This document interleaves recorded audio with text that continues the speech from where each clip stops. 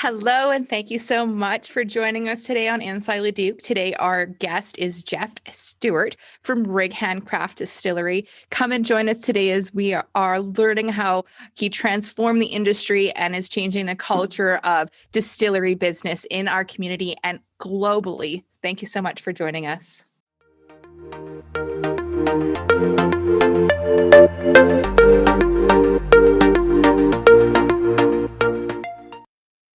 All right. Well, welcome to Inside Leduc. My name is Tarah Flynn, and we're with Jeff Stewart of Rig Handcraft Distillery. Thank you so very much for joining us today. I really appreciate your time. Thank you for having me. I've been looking forward to it. We had to reschedule a couple times, but we finally connected. So thanks for your patience with me and my schedule too. Oh, no, I'm just so glad that you've given me the time. Thank you very much. When you think of this, like city of Leduc, you definitely are one of the staple companies and businesses in our area. So I really, truly appreciate your time and your effort in rescheduling with me. So thank you.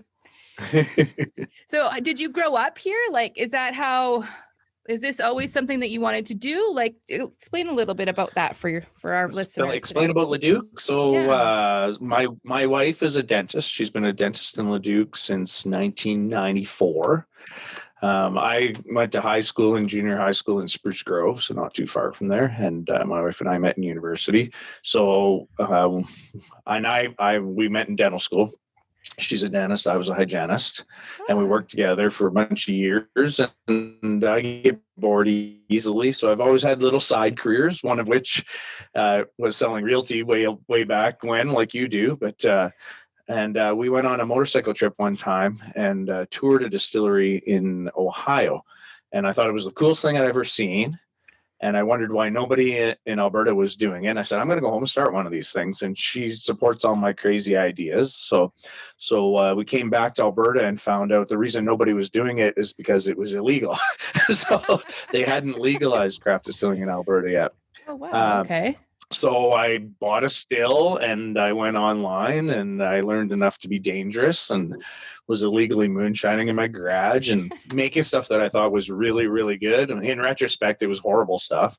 And then I found out that from a buddy of mine that was a politician that they were going to change the rules for craft distilling like they had for beer and allow it to become a business. So at that point, I decided, okay, if I'm going to do this, I'm going to do it right. I went to Seattle to go to school for it.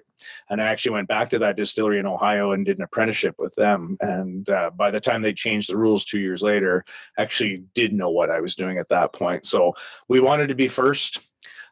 We knew we had a good base around the Leduc area because of the dental clinic and didn't want to get too far from there. And the other driving factor for ending up in Nisku was fire zoning, actually.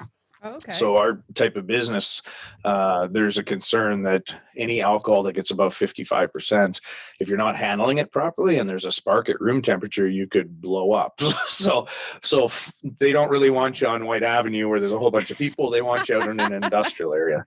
And I did have discussions with like City of Edmonton. They wanted us on Refinery Row. And I said, yeah, I don't think you understand what we're trying to build here. It's just a little setup, but there was no swaying them on their manual that they were going through. So Nisku ended up being a really, really good place to set up. And one thing I never thought of at the time, but ended up being a huge thing for us, is our proximity to the airport. Actually, pre-COVID, there was 100,000 people a day going to the airport, and we're a bit of a tourist destination. So a lot of people would come and pick people up at the airport, and then on the way back to wherever they were heading, they would just pop in quick and show off our facility a little bit to them, and they'd grab a bottle or two and away they'd go. Or if they were leaving our area and going home, they wanted a memento or a keepsake, they would come and grab one of our cool drilling rig bottles and take that with them back to Texas or wherever the heck they were flying back to. So being close to the airport's been a really, really good thing for us. That's awesome.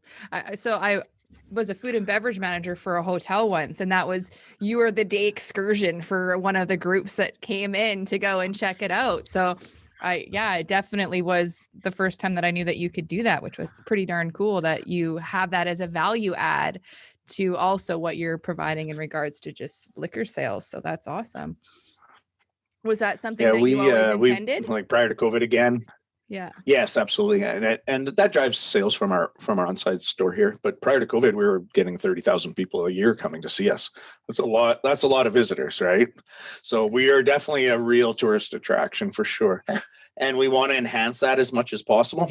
We have our products in about 1,400 liquor stores, but we still do most of our sales right from our facility here. And part of the reason is people want to come and they want to pet our dog that's always at the door greeting people, and they want to come in the back and see what new weird flavors we're playing around with, and they want to meet us and chat with us a little bit and pick our brains. And you get the odd guy that's moonshining in his garage, brings a little jar with him that he wants us to taste and tell him if it's any good or not. So that I think part of the key to our success business wise is diversifying what our business was about. If we just made vodka and that was it would be pretty limiting. So we make over 75 types of hard liquor, pretty much everything there is now. Actually, we also make some beer, make some weed, some mead, and some wine as well. Not weed, mead. Yeah. That's a different establishment. A different establishment. Yeah, we're not getting into that. We teach courses. So we have kind of a 1 day how to moonshine in your garage and not blow up and go blind kind of course. And then we have actually a more elaborate week-long workshop where people that already know how to make liquor think they might want to transition to a business. We kind of get more into business planning and all that sort of thing with them. So and usually the graduates from those courses, we do consulting services with them to help them get set up. We are the Canadian showroom for an equipment distributor as well. So we sell equipment. So we kind of are a one-stop shop for people that are interested in getting into this kind of business. And like pre-COVID, our staff got flown to Prince Edward Island, and we taught at the University in Charlottetown, just starting to get a very good reputation for kind of knowing what we're doing a little bit and being helpful to other people to enter the industry. And a lot of people think, well, why do you want more competition? But I believe there's enough market share for everybody out there. And really, our competition is not other small craft distillers. Our competition is the Smirnoffs of the world that have had control of our industry for the last 85 years. So there's enough room for everyone for sure. We also have another cool thing. We were managed to get a reality television show on global TV. So that's kind of neat. It normally airs on Saturdays at noon. I call it the hangover time slot. so they kind of follow us around with some cameras, and it airs in the fall season. So September into Christmas time. Again, COVID's kind of mucked up the filming for this year, but we actually just 2 weeks ago started filming our next season of it. So it airs on Global in Canada, and then outside of Canada, it streams on Amazon Prime. So it's kind of like a half-hour commercial for us every week. So it's kind of a neat thing. So yeah, gets us a lot of publicity. It's called Still Shots. Still Shots. Yeah. Nice. Yeah. Awesome. And like if you go on YouTube and type in Rig Hand Distillery Still Shots, sometimes some of the old episodes pop up there. So cool. It's kind of a neat thing. And they kind of follow us around. So like they come with us over to Schneider's farm, and we interview them a little bit on camera, and they talk about their 4th generation farm, and their little guys there in the shot and saying how he can't wait till he's big enough to take over the farm. And then we come to our facility here and we show a little bit about how we grind our grain or how we run the still and that sort of thing. Then we leave here and we go over to Gruger Family Fungi, because they take some of our spent grain and feed it to their cooking mushrooms and do a little tour of their facility. Or we'll go over to Habanero's restaurant in Leduc and we'll do a little spotlight on them, because they serve a bunch of our liquor in there, and we've actually made some custom liquor for them. So it's really turned into like a Leduc community television program is what it's turned into. It's really, really cool. And that's part of the reason we draw a lot of tourist attraction, is because of that TV show. That's pretty cool. Actually, so that was because I also bartended at the airport, and that was my first introduction. Like, you guys did really well at like going around to all the local places and was like, here's our stuff. Can you, try to sell it? Like, I remember absolutely being the bartender, and they're like, no, this is local. You got to try to promote this. And then you'd be like, hey, do you want to have a Caesar with this? Or, like that was, so you did a really, really good job when you first started out. For all these new businesses, what are some advice that you'd give to them who are starting out these new craft distilleries? definitely they have to think outside the box. They have to try and do things that nobody else is doing. You have to find that niche that nobody else is filling, and then fill it better than anybody else can. And then nobody's ever going to bump you out of that spot. So when we started 6 years ago, it was easier because there was only 2 or 3 of us at the time. So we had a wide open playing field.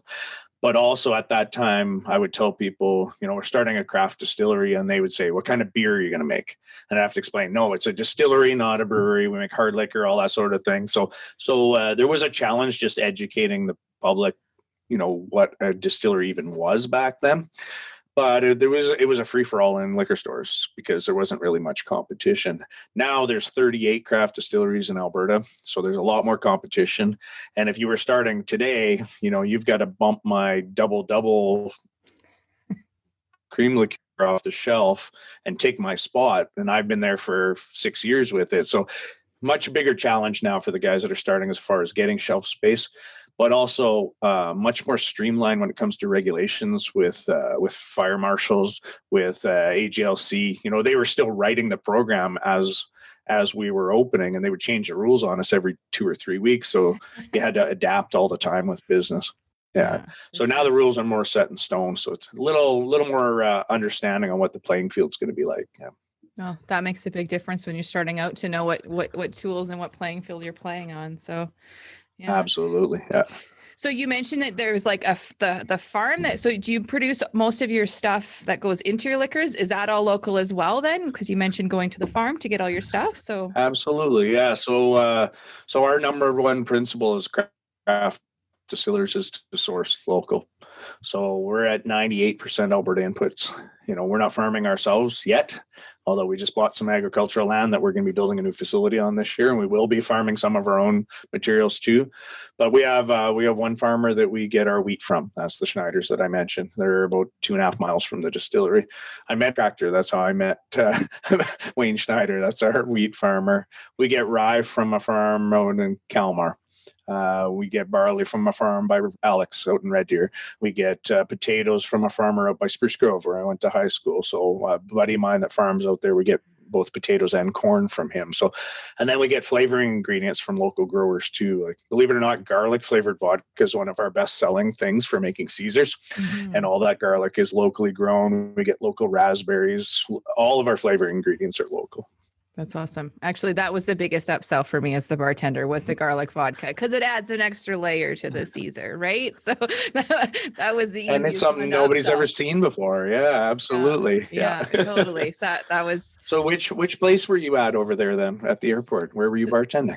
I worked at HMS Host. So they owned half the airport at that point in time. So I was all around wherever they needed me. I tried to pick up shifts just to try to meet new people and see different flights, and every restaurant had its own atmosphere, right? So different clientele. So yeah. At one point we were actually looking at leasing some land at the airport, kind of in the parking lot of that new mall basically, and building a facility over there, because we thought, if we could get close to where Costco and that mall was, with the amount of traffic that was going in there, we thought we could get a lot more people through our door. But my vision for where I want to go with this is the kind of vision that you have when you think about a distillery that's been in Scotland for 250 years.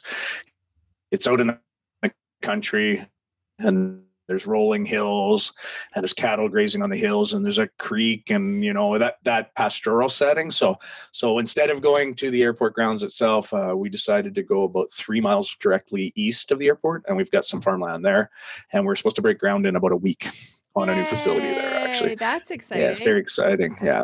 And the building from the exterior looks kind of like Fort Edmonton Park. Okay. So it's like a grain elevator attached to the sheriff's office, attached to the 2-story saloon, and it's got a creek and a lake.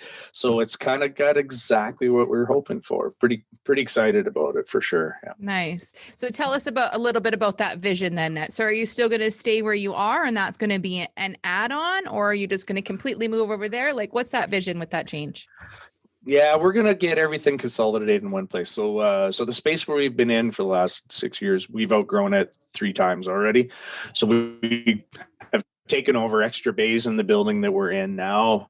We also lease another warehouse a couple blocks from here. We're leasing a warehouse over by the airport. Plus, we have some stuff on this land that we bought. So right now, everything we have is spread out all over the place, and we want to consolidate it all into one spot and have one location.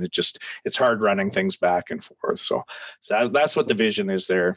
We also want to make it be a kind of a place where, like I say city people because I have a farm background, but a place where city people that have never been on a farm can come out and see what a working farm looks like.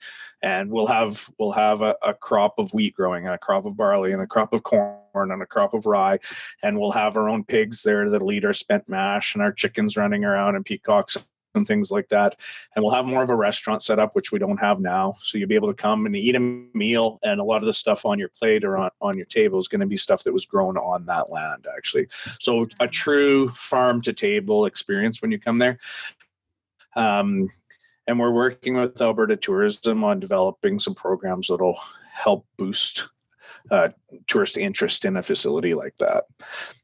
That's awesome. One area that needs help, but definitely right now, is the tourism industry as well. So that would be awesome. Absolutely. Another reason to bring people back to our amazing province. So that's pretty cool. That's awesome though about the pigs. I never even thought about like that whole process after it's distilled, where all of that goes. That's interesting. So some of our input products are waste materials. So we're not just straight buying all of our grains and whatnot. Like those potatoes that we get are actually, they're a waste product from the Little Potato Company. So if they're damaged in any way, they don't want them. So rather than them going to a landfill or something like that, we're turning them into something that's value added. For the longest time, we were getting waste fruit from the local grocery store too. So the day they pick the apple off the shelf, we'd run over there and pick it up. And like in 1 week from one store, I was getting a full half-ton load of fruit, and we were juicing that and fermenting it and turning into schnapps. So there's lots of waste materials out there that can be used value added. And what we try to do is, if we have some kind of waste material like our spent grain, we make sure that somebody gets it and uses it to be value added, whether it's the mushroom people or whether it's a pig farmer.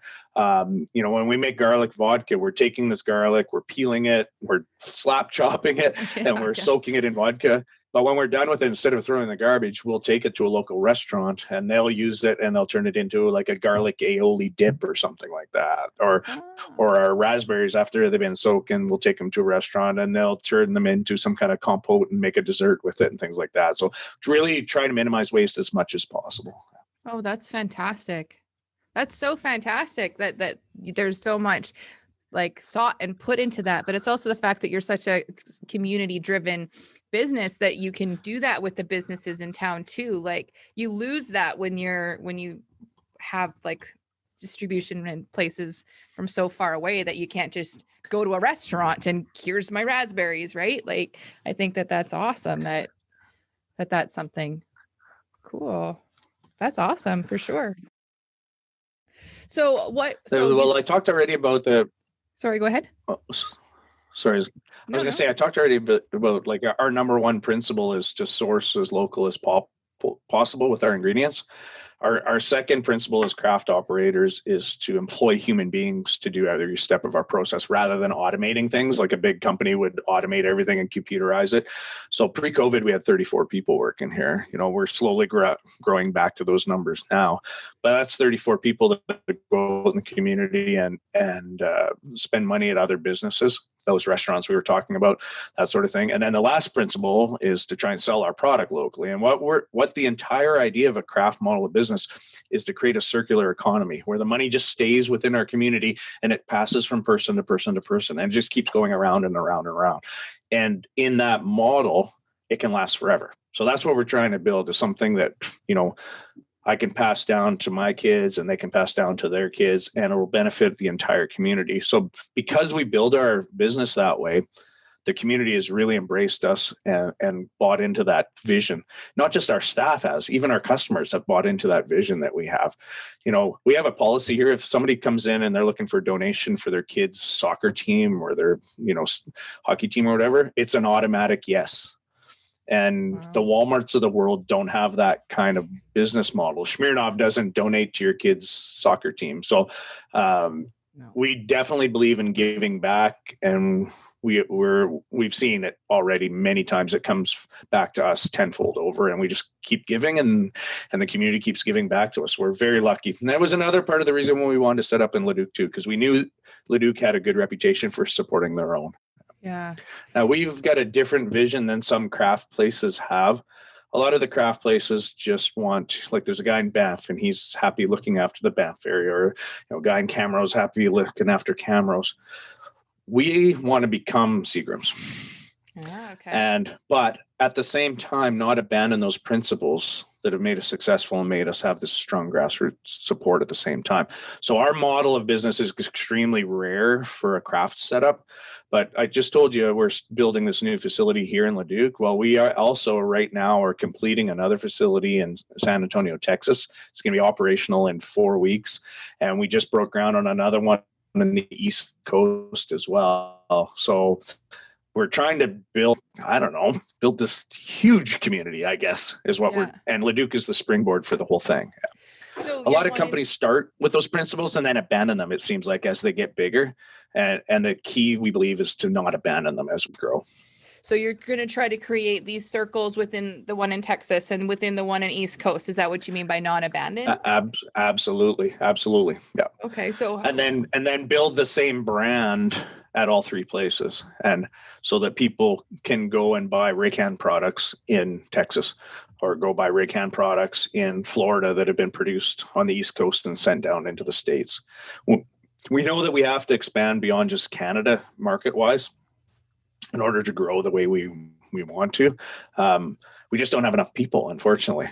So I guess that's another thing I would tell people that are starting in the distilling industry is make sure you plan an export portion of your business. Okay. Because we have the best grain in the world. We have some of the best water in the world. We have people that know how to make good stuff here. We just have to get it out to the world and have enough people that want to buy it. So we definitely need to create, probably, if in an ideal scenario, 80% of our products would be exported out of here. Oh, wow. That's a lot. So why did you pick Texas and the East, on the East Coast? Why were those yours? Why did you go East and not West? Like, how did that process come about for you? Well, with our branding, with our bottle that looks like a drilling rig, Texas was kind of a natural progression. And I've got some family out on the East Coast as well. So they're kind of looking for something to do. So I trained them and taught them how to do it. We got a little bit creative a bit out there as well. We patented another bottle that, because we weren't sure how well the oil drilling rig bottle would sell in a market like New York City or someplace like that. So instead, we patented a bottle that looks like the lighthouse at Peggy's Cove in Nova Scotia. And our plan is to hit the eastern seaboard with that. So any coastal areas we'll hit with that. Any areas where natural resource development is a strong part of their economy, we're going to hit with the drilling rig bottle.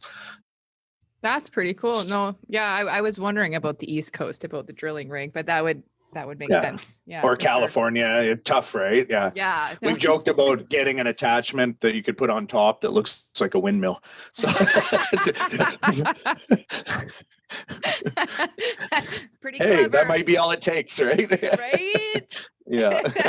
But now you got this patented idea. You might as well use it, right? I agree. Yes. Yeah. That's awesome.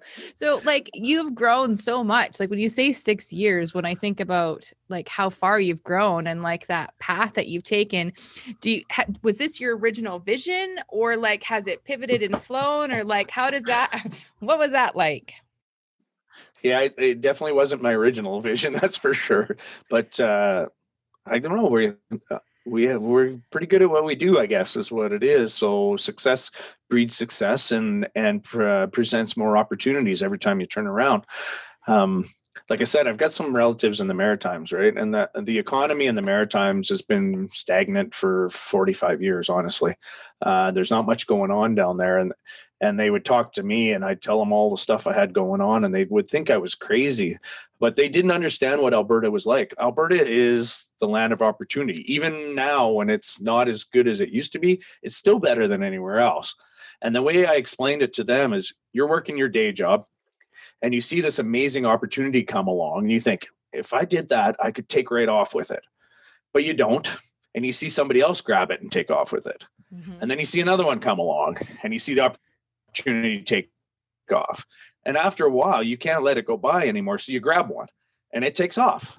Well, then you see another one. So you grab another one and it takes off. And then you grab another one and another one and another one. So that's kind of what we've done. We've just gone for it. And you have to have some faith, and you can't be scared. You gotta, it's like jumping off a cliff and building a plane on the way down sometimes, but that's what lets you become successful in areas where other people are scared to tread, I guess. So you just got to go for it sometimes.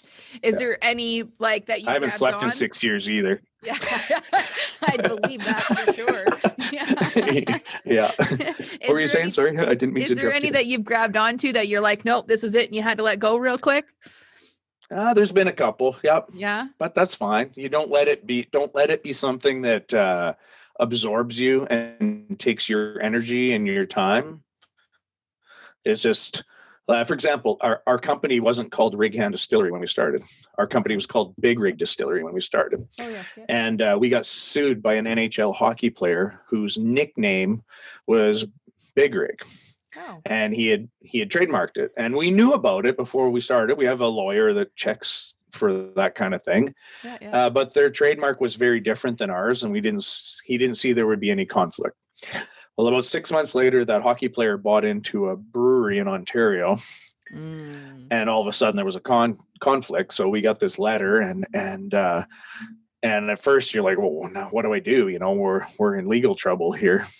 So you can either have a choice to let that eat you up and consume you, or you can say, okay, let's learn as much from this experience as we can so that if it ever happens again, we know how to deal with it properly, and let's continue to move our business forward, right? So we've had a couple experiences. That's one of them. We had a real estate deal that went pretty south on us, and that really consumed us for a long time before we finally said we can't do this anymore and had to move forward. So I think that's the key is when you get those ones that you grab them, and they're burning, that learn your lesson from them, so you don't grab one that's like that again, I suppose. Yeah, for sure. So what is the greatest thing that you've learned about yourself in regards to the process and since you started? I'm a person that gets bored really, really easily. So I always had my career of dental hygiene, but I always did all these things on the side all the time.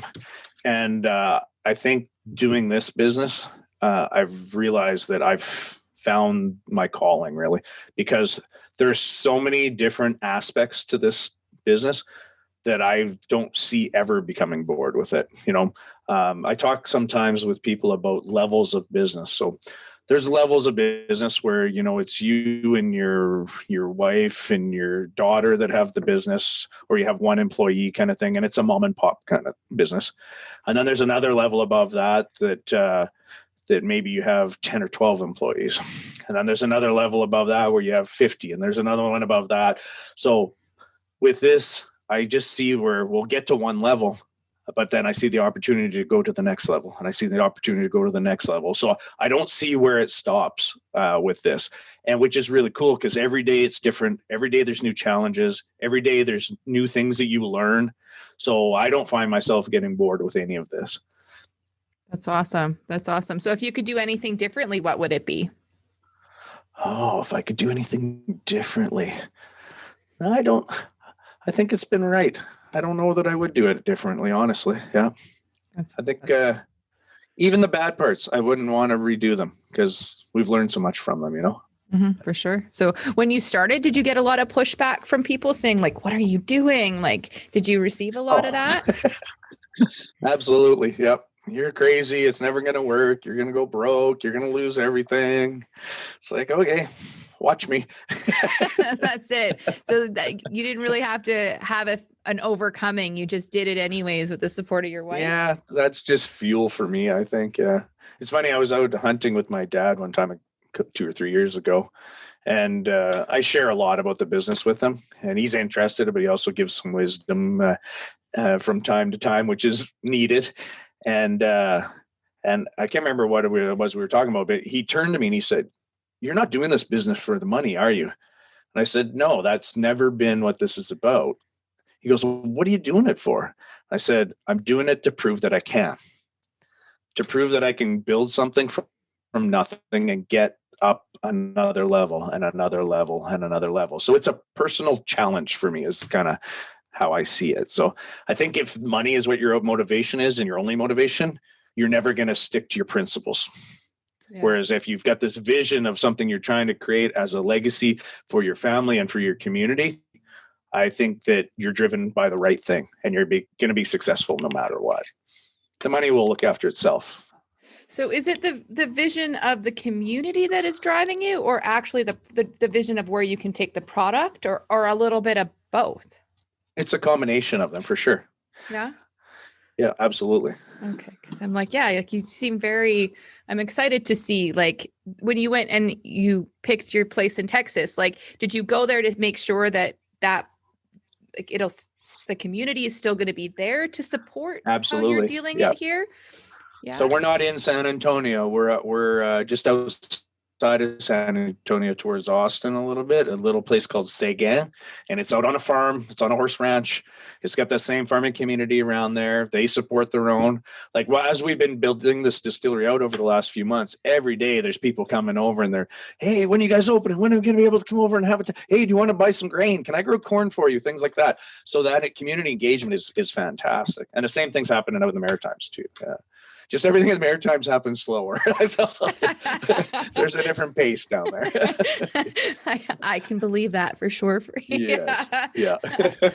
So do people approach you? Like, did you approach them, or has it been a little bit of weaving of both? Like when you started this one and now, like, it's been me approaching everybody. Yeah. So yeah. Yeah. Okay. Yeah. I've been kind of driving it, and having the right people has been key. Well, you know, we've been down to Texas multiple times trying to find the right people to work with down there. Been through 4 or 5 different meetings with different groups, and finally found the right guy. In the Maritimes, it's easy. It's family. So, you know, you can trust them, and you know that they're going to do a good job. Yeah, that's good. Most of the time. Yeah, right. Well, hopefully they're a little bit like committed because being family, right? Yes. Yeah. So what keeps you motivated when the days get hard? My staff. Yeah. Making sure I don't let them down. They've invested a lot in me and in that vision that we have. You know, like when you start a business, you can't pay people like you maybe should. But you know, when you've got 34 families that are relying on you to pay their mortgage payments and their kids' registrations for their sports and things like that. So if it gets tough, you got to bear down and look after them. That's you know, good. I started taking a paycheck finally last year. 5 years in, I took $2,000 a month, and now because of COVID, I've stopped taking it. But I make sure my staff are looked after, make sure the business is well looked after, and dedicated everything to growing the business. And as the business grows, what they get rewarded grows too at the same time. So, yeah, so that's what gets me through any time that's tough. That's awesome. Well, and that's going to show loyalty in your staff and be able to continue continue everybody to be and have that community and enthralled in that vision that you're creating when they see their boss doing those types of things. So that's awesome to see for sure. I don't let them call me that. No. No. That's why we started. When we started at the beginning, it's like, okay, everybody's getting paid the same. I don't care if you're doing accounting or you're sticking corks in bottles. Everybody's kind of on the same level. And as the business grows, we'll grow together. And we all take turns cleaning the toilets. You know, my day's Wednesdays. So I think that's important in a business like ours. Because we're small, we have to charge more. We don't have the efficiencies that Smirnoff has. Okay. Mm-hmm. So we have to produce a premium product in order to charge more money.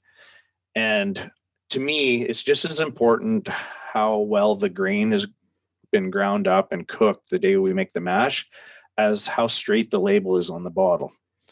You know, so I wanted everybody to understand that in the chain, nobody's more important or less important than anybody else. And if one part isn't up to that high standard that we have, it reflects poorly on everybody else. And then we also cross-train everybody in every position. So, the people that are mostly doing bottling also know how to cook a mash and know how to run a still, know how to go to a golf course and do a tasting, that sort of thing. And I thought, what better way to understand the value of somebody else's position in the company than to learn how to do it yourself too. So it's not your normal business model for sure. No, and as a business owner, I could make more money with a different model. I could automate things and put people out of work and put in bottling lines and things like that. But that's not what the vision for this is. The vision for this is to have this community that we have within our walls extend out into the Leduc community, extend out into the Alberta community, extend out into the Canadian community and into the North American community, and hopefully bigger than that eventually. So yeah, it's a different model for sure. No, but it speaks to also how you don't want to be bored, in the fact that you are trying to make sure that everybody else can get that, have something different to keep them enthralled, and something else to learn, and something else, like it shows that that's something that matters to you, and that's how you're teaching them. So that's pretty cool. And I keep pushing them all the time. Like, for example, our cream liqueur stuff, like it's one of the only things we don't source local because you just can't get it. We got to get it in from the States. But I wasn't okay with that. So about 3 or 4 years ago, I sent my GM, Mike, off to milk pasteurizer school. And he got his certification as a milk pasteurizer. And then we worked with researchers at the U of A and reverse engineered this expensive cream that we buy from the States and learned how to do it ourselves. Right now, we've developed a cooler, and we've partnered up with a First Nations company. So these ladies have this tea company, and it's based on all their grandmother's tea recipes. And we put our Wild Rose gin in with it and make a cooler that's really popular. But we also didn't want to be putting sugar in it and things like that. So what we did is we went out and we tapped birch trees, and we took the water just like you do from maple trees, and we boiling. Like poor Thomas, one of the guys that works here, has been boiling birch water for the last 3 weeks, making birch syrup so we can put it into these coolers and have something that's completely natural. But he was talking to some of his buddies that have kind of a normal job, I guess I would explain it. And he's explaining what he's doing. And they're like, "Are you kidding me? What a cool job. You get to do all this weird stuff." Like, yeah, so I guess to me, it seems normal. Like, let's go do something weird that nobody else is doing. But I guess it isn't normal. Yeah. So then did you search these girls out? Like, did you search these two ladies out, or like, how did that, like, I'm curious how that process came about. I think actually they approached us, actually. So we have a reputation for being very open and very willing to help and work with anybody. So, like I said before, we make 75 of our own products. We also manufacture and or package products for 9 other smaller companies that don't have the capacity that we have. The guy's beer here with us, a guy from Leduc that, he's worked a day job for 25 years, but done beer on the side and always wanted to start a brewery. And he did have a business plan, and he went to the bank, and the bank wouldn't finance it. And I said, well, I knew the guy, I knew he made good beer. And I said, well, Angus, if you want, I'll get the license and I'll front the money. You can pay me back as we go. And then in a year from now, you can go back to the bank with proven sales and say, hey, I told you it would work. Would you give me the money now? So that was supposed to be a year. He's been here for almost 3. He says he's not leaving. And then the guy that does the mead heard that we were helping Angus get started, and he wanted to start a meadery. So he had a bunch of honeybee hives, 50 of his own hives. So he asked us if we would help him. So yeah, sure. So I went and got a wine license, and we started doing the mead too. But then what happens is, the mead, I taste the mead guy's stuff, and it tastes like a nice Chardonnay wine. Like, it's amazing. And my first thought was, this would be really good carbonated as champagne. Yeah, but I don't know how to do carbonation. I said, well, see Angus over there making the beer? He knows how, so go talk to him. So they did a sparkling mead together, which is really cool. So we all just kind of mash our heads and our ideas together and come up with new ideas all the time. It's a lot of fun. I'm not going to lie. That is awesome. So how do you celebrate your wins? So when you see something like that happen, like how do you celebrate that? We put it on the TV show, first of all. I don't know. I see the win be when those people that I've helped go out and help somebody else, and it gets passed on. I guess that's when I see the win happen. So the mead guy has moved out now. He put an offer on the old fire hall in New Sarepta. Nice. Okay. And he's setting up a meadery in the fire hall, and he's already reaching out to local farmers there and local people to work at his facility. So this grows, I guess, is kind of the way we look at it. That's nice. It gets paid forward. That's the success, I guess. Yeah, for sure. So is there any way that the Leduc community can support you better? I don't think they could do any better than they have. They've been amazing. Yeah, we're very, very lucky to have the sport we have here. That's awesome. That's awesome. We just need COVID to go away. Yes. The county of Leduc, the county of Leduc especially, has been phenomenal to work with. Like, they've helped us immensely as far as driving business our way, driving tourism initiatives our way. The fact that we can actually go set up on some agricultural land and run our business on agricultural land, that doesn't exist in all counties. So they've really bent over backwards to help a business like ours have an opportunity to get established here and to grow here. So my hat's off to them. When we were looking, I did go to other communities. Just, I went from Wabamun to Tofield to Red Deer looking at places. And there were communities I went into to talk to at their municipal offices and said, I'd like to start a distillery. What kind of zoning would I need? And they'd have the zoning book in front of them. And the one place slammed the book closed and said, we don't want your kind of business in our town. So it's just bizarre how some people's mentality is, right? Whereas here in Leduc County, they're looking for diversification as much as possible, right? So, who would have thought in Nisku that we would have distilleries and breweries and meaderies and mushroom farms and vertical gardens in a place that's traditionally been just oil and gas and that's it, sort of thing. So that diversification makes our community stronger, makes us more resilient when we do go through the rough times with the oil patch, right? Yeah. Actually, I was just driving down the road and I was thinking, like, the heart of what I see for Alberta too is the fact that we can pivot and grow, and that, as much as that was something we are diversifying and we're taking chances, and we're like not pigeonholing ourselves. We're like, okay, let's go, keep on moving. Like, I really admire us for that mentality that we have, that we're not letting nothing stop us. We're just going to keep on moving and diversifying where we can. It's in our blood. So, right? Yeah, we don't give up. Yeah. Oh, I love it. I love it. Actually, I was just driving down the road thinking that the other day. So, yeah. So you said that we don't want any more COVID checks. We want to run our businesses. Right. Well, what were you saying? Sorry. No. So you said, like, you want to go international. You mentioned Scotland. So in the next 5 years, are you going to be making some trips over there to see if you can find some land to go there, or where do you see yourself in the next 5 years? Already in the works. Yeah, it's already in the works. So, Did I have it right with Scotland though? Yeah, and we want. You did, yeah, and also we're looking at a facility in the Caribbean, a rum distillery in the Caribbean eventually too. So that's the master plan, and then I'm done. Is that it? Then I'll pass it on to somebody else. Yeah. We'll see. Yeah. We'll see. I don't know. You seem pretty excited, and that's a pretty darn big vision. That's awesome. I'm having fun. Yeah, it might take me a couple years to get there. Yeah. Well, I look at how much we've accomplished and so if we keep going it seems like things are actually accelerating.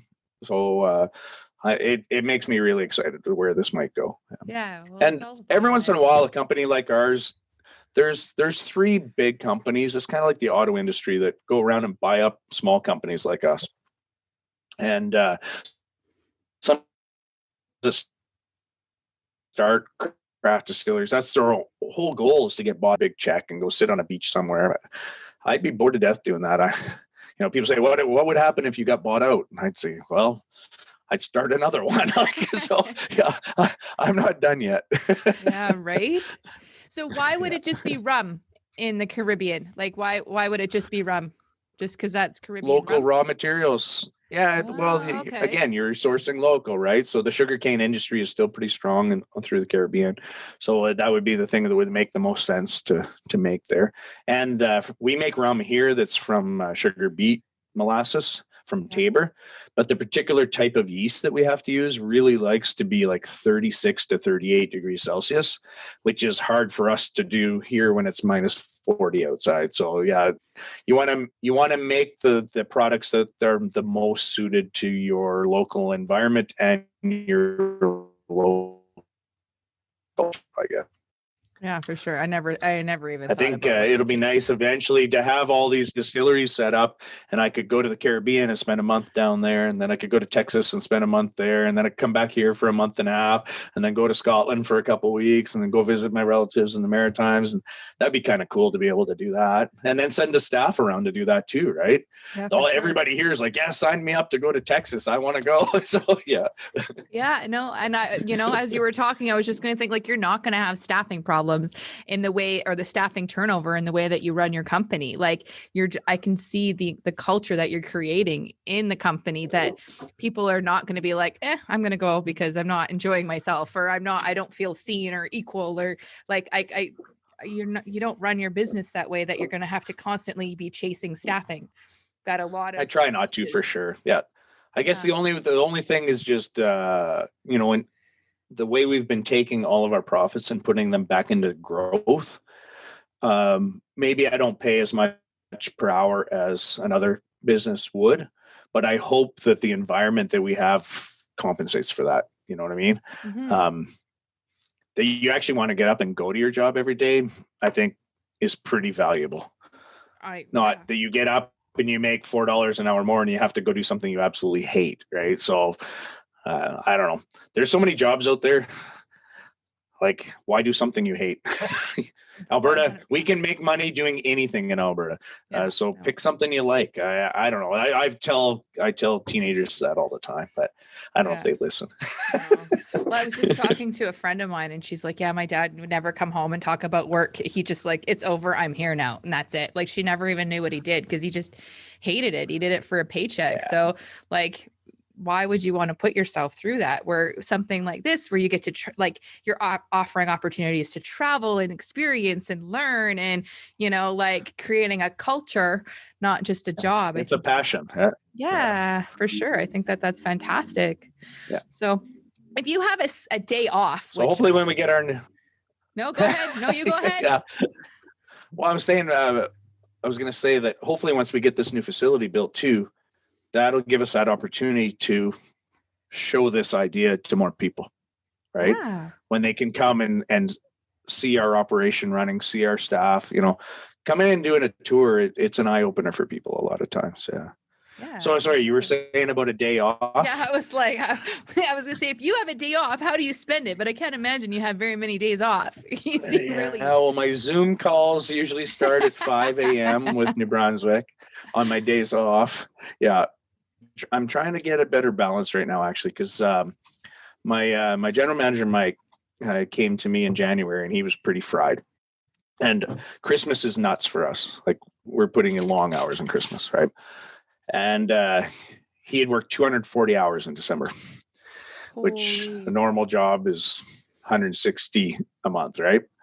And I'm like, yeah, but you can take time off now as much as you want, and hopefully we'll balance it out. And then I got thinking, well, if he worked 240, what did I work? So I did the math on it, and I'd worked 403 hours in December. So that's not healthy either at the same time, even if it is a passion and you feed on it. So it turns out that all of our salaried people are working way more hours than they're supposed to be. So now what we've done is we've gone to a 4-day work week for our salary people, and the work still gets done in 4 days, and they get a long weekend, or they get an extra day to do their personal stuff. So I'm actually trying to do that too. So I'm trying to take Fridays and have them days that I go see my grandkids, or spend some time going hunting with my dad, or whatever the case might be. So it's hard when you're a business owner to turn that off, though. Yes. It's hard to turn your brain off when it comes to work. So you got to kind of make yourself do it at some point in time.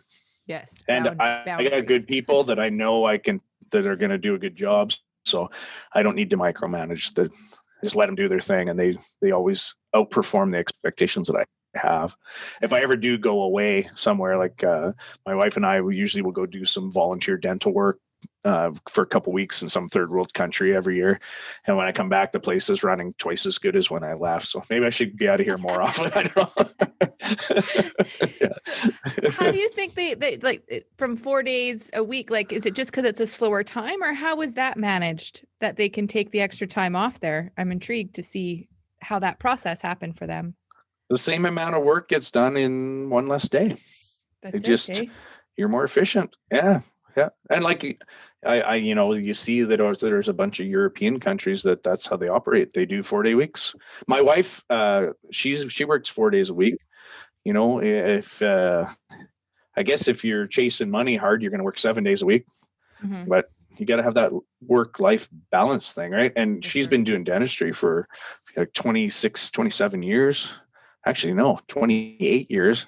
And she still loves going to do it every day. Right. Yeah. So if you burn people out, that's no good for anybody either. Right. No.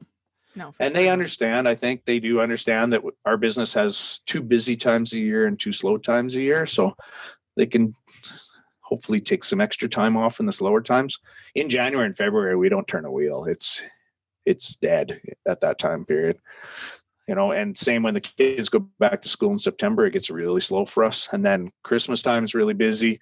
And then coming up to the May long weekend, camping season normally is really good for us as well. Not as good as Christmas, but we definitely have 2 busy times a year and 2 slower times a year. So you got to manage things a little bit and let people slack a bit in the slow times, because you're going to be whipping them hard in the busy times, I guess. Right. No, I believe that for sure. Yeah, that makes sense. That it's definitely very. But everybody gets it. Like everybody understands that there's these couple times where we got to do extra, and it'll balance itself out. No, I get it. I get it. I completely understand. Yeah. I remember as a bartender, you're just like, January was the month that you held up the bar. Like you didn't. Yeah. Terrible. Yeah. Yeah. Extra New Year's resolution. I'm going to lose weight. First thing you do to lose weight is you quit drinking. Right. So yeah. So nobody drinks for January. Yeah. And then usually half of February for the hardcore ones. Yeah. So yeah. And it starts to slowly pick up. Yeah. It's rough. Yeah. And then it seems like in September, when the kids go back to school, it's like everybody gets back in their routine from having the summer fun, and everything gets really serious for a month and a half kind of in there too. And it dies off for us at that period too. Maybe a bartender, you would see some action there when the university kids went back to school or that sort of thing. But yeah, not at the airport though. No, not at all. And I never did work in a place where they had the school kids, because Leduc that's not really the environment that we have for sure. But do you like stock up your shelves, or like, I imagine there's still like reserves you've got to build back up, or like in regards to production? Absolutely. So yeah, if I go in the warehouse in January, the shelves are empty in our warehouse. Like, so then we have to ramp up and start stocking back up again for when the summer rush comes. Same thing happens in the fall. Yeah. We really build up our inventory in the fall to make sure we don't run out. It's the worst thing that could happen. Yes. And it's going to be interesting now with 2 more facilities coming online this year. Not only do I have to manage, materials and packaging materials and inventory for our facility here, I'm also going to have to start doing it for Texas and for the Maritimes at the same time. And in Texas, they have 7 times as many people than we have here. So that level of business that I was talking about, all of a sudden we're up 1 more again. And it's terrifying, honestly. Like, if you're used to writing $100 checks and then all of a sudden you have to write $1,000 checks, takes a while to get comfortable with that. And then you're writing $10,000 checks. That gets scary, because you're outlaying this money, you're not sure if it's going to come back. And then you're writing $100,000. Like, every level gets scarier and scarier and scarier. But I've got a couple mentors that I tap into that have been through this process already when I get to one of those areas where I'm feeling pretty uncomfortable. Yeah. And these are guys that have built, international successful businesses. And they tell me the same thing. It's just another zero. Just another zero. Right? I'm like, are you kidding me? Like, if something goes wrong with this, we lose everything. Yeah. But that's the risk you take as an entrepreneur, I guess, right? That's true. Yeah, for sure. It's the same thing with raising money. Can't think about that too. Yeah. It's just another zero. It's all the only stop is the mind that you have. So yeah. Yeah. Yeah. So when you are trying to get into the market in Texas, like, do you already have places who are selling your product, or like when you think about production and stuff like that, like how did you map that out for the new market? So my wife Karen and I went down there about 4 years ago and started doing our test marketing down there. We brought samples down with us, and we went around to liquor stores, and we went to bars, we went to local distilleries that were already established there to see if they wanted to partner. And we would contract them to make our products. We've talked to local distributors, and every place we went, as soon as they saw that bottle, they lost their minds. So we knew that we wouldn't have any trouble selling it once we got set up.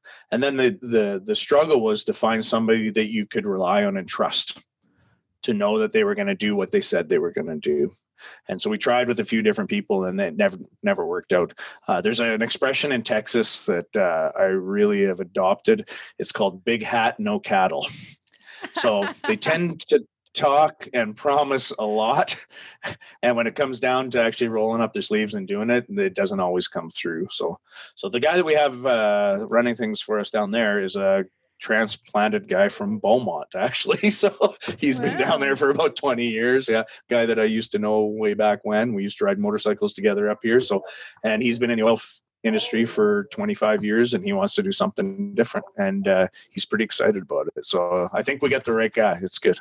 That's fantastic. That's what a surprise. So like you went down there and then you met up for a coffee. So you're like, hey, I'm down. And he's like, wait, I'll join this business. Or well, I knew that he was down there, and I was trying these other guys first, and I knew that he was pretty successful in what he was doing in the oil industry, and I didn't think he would ever leave it, actually. And I didn't know what his wife was up to. And so that's how I approached him first. I'm like, do you think would your wife be interested in running a facility for us down there? And she actually has a lot going on. She's the number one barrel racer in Texas right now. So she got her hands full. But he said, but I've been thinking about making a change. So that's kind of how it started. So yeah, it's weird how opportunity swings its door open every once in a while. Yeah. That's fantastic. So you just keep on moving, and all about momentum, and then you have a conversation, and then a door opens, and then you keep on moving, and another door opens, and you just don't be afraid to walk through them. Jump through them. I'm also a firm believer in self-fulfilling prophecy. So, if my vision is to have this pastoral distillery out in some farmland with a creek running by it, and that's what the vision is, if that's what you truly believe is going to happen, it will happen. But if you get caught up in any of the negative stuff and distract from that vision or that path, then you won't end up there. So that's why I say, if you've got something that's bad that's happening with your business, learn as much as you can from it, but move on from it and continue to focus on the future and what's positive and what that vision is. And that doesn't just apply to business, that applies to life, Mm-hmm. Remember, I don't know, you remember a few years back, Oprah was really pushing that book, The Secret. Oh, yes. I don't know if you read it or not, but I'm reading that book and I'm like, well, this is just all common sense. Like, to me, that's how my brain already works, And there were people I knew that read that book that had just changed their lives because they never thought that way before. It's like, if you focus on what you want, you get what you want. Yeah. And whatever you focus on is what you're going to end up with. Yeah. If you focus on negative, you're just going to keep getting negative. Yeah. Well, and it's, what are you committed to? That's how I like to phrase it. Like, what are you committed to? Because it's what you are committed to. And that not you're give up.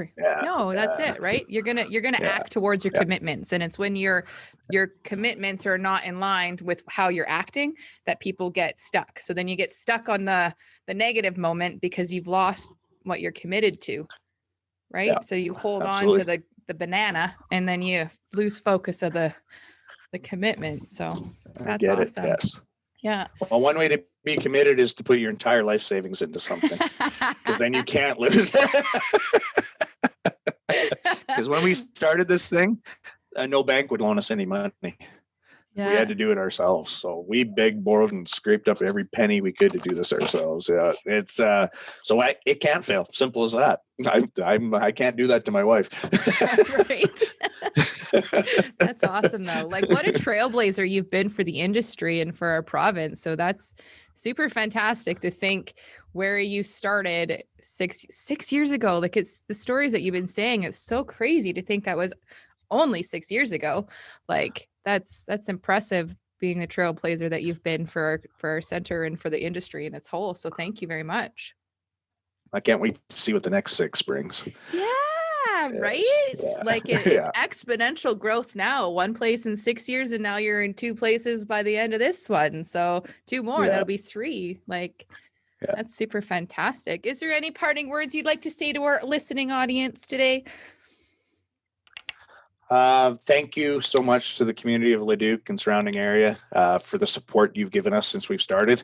And it literally started the day we opened our doors, and it has never wavered, especially through COVID. It's been a really hard time for all little, small local businesses. Hasn't been such a hard time for the big multinationals. So the support that you've given all of us through this has really, really made a difference. And it's kept a whole bunch of people employed. So thank you. Yes. Well, thank you so very much for your time. And thank you again for participating and being such a great guest for us on Inside Leduc. So thank you very much. Thank you.